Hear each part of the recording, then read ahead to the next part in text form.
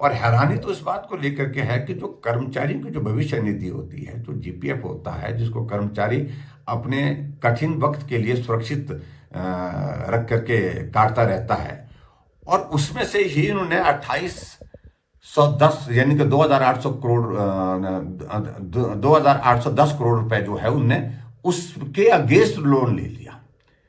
और कर्मचारियों के लिए एक बहुत बड़ा संदेश है। कर्मचारियों के लिए बार बार जो कहते थे कि मैं कर्मचारी हितैषी हूं, कर्मचारी हितैषी हूं, वो तो पोल खुल गई।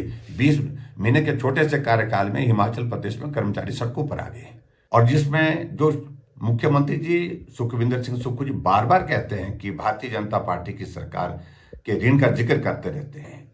भारतीय जनता पार्टी ने 5 साल के कार्यकाल में 19,600 करोड़ रुपए का ऋण लिया, और कांग्रेस ने अभी 20 महीने के कार्यकाल में हिमाचल प्रदेश में 24,176 करोड़ रुपए का ऋण ले लिया है।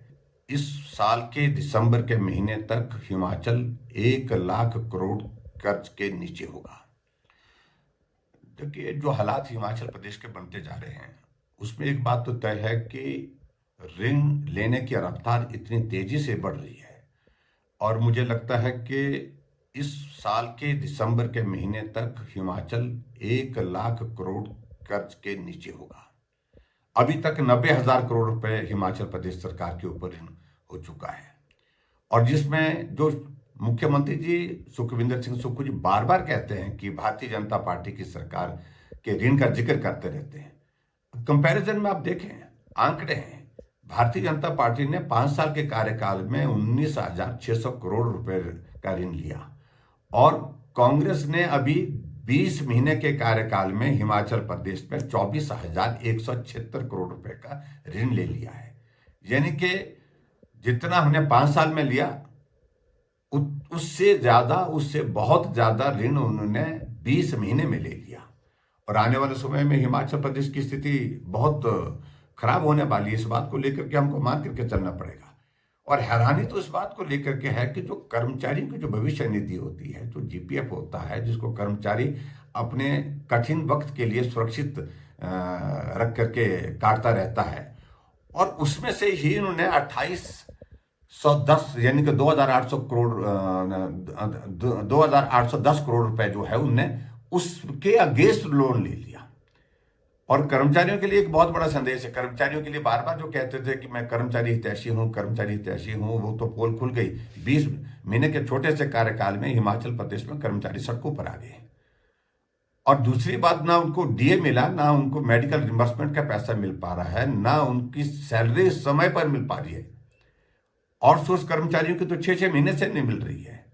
एचआरटीसी की जो सैलरी है वो समय पर कभी मिल ही नहीं रही है। इन सारी बातों को ध्यान में रखते हुए हम इस बात को अगर हम देखें तो हिमाचल एक बहुत बड़े भयंकर आर्थिक संकट की ओर बढ़ता दिख रहा है, तेजी से बढ़ता जा रहा है। लेकिन हैरानी इस बात को लेकर के हमें हो रही है कि मुख्यमंत्री जी घोषणाएं ऐसी करते हैं जो हास्यास्पद स्थिति उनकी बना रही है। अभी हाल ही में उन्होंने हाउस में विधानसभा के सत्र में घोषणा की कि हिमाचल प्रदेश में कैबिनेट मंत्री और सीपीएस जो है 2 महीने के लिए सैलरी नहीं लेंगे। हमने सोचा कि 2 महीने की सैलरी काट दी इन्होंने, लेकिन जब मालूम पड़ा कि सैलरी काटी नहीं, 2 महीने बाद लेंगे, यानी कि 2 महीने के बाद वो 2 महीने की सैलरी नहीं लेंगे, वो 3 महीने की इकट्ठा लेंगे। क्या मतलब है इसका?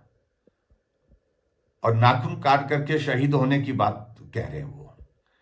ऐसी स्थिति में एक और उदाहरण हमारे सामने आज पिछले कल नोटिफिकेशन में आया। एक जो बीओसीडब्ल्यू जो बोर्ड है ये, उसमें चेयरमैन लगाए हैं एक, जिनको 30,000 ऑनरेरियम मिलता था उसको 1,30,000 सीधा 1 लाख बढ़ा दिया उसमें। और ये सारी चीजों को लेकर के मुख्यमंत्री जी अपनी स्थिति को हास्यास्पद बनाए जा रहे हैं, मजाक का विषय बनते जा रहे हैं। एक तरफ आप बहुत सारी बातें कह रहे हैं कि हम आर्थिक तंगी के दौर में से गुजर रहे हैं, कुछ सख्त फैसले लेने पड़ेंगे, तो आप हटाइए ना, सीपीएस को क्यों नहीं हटाते?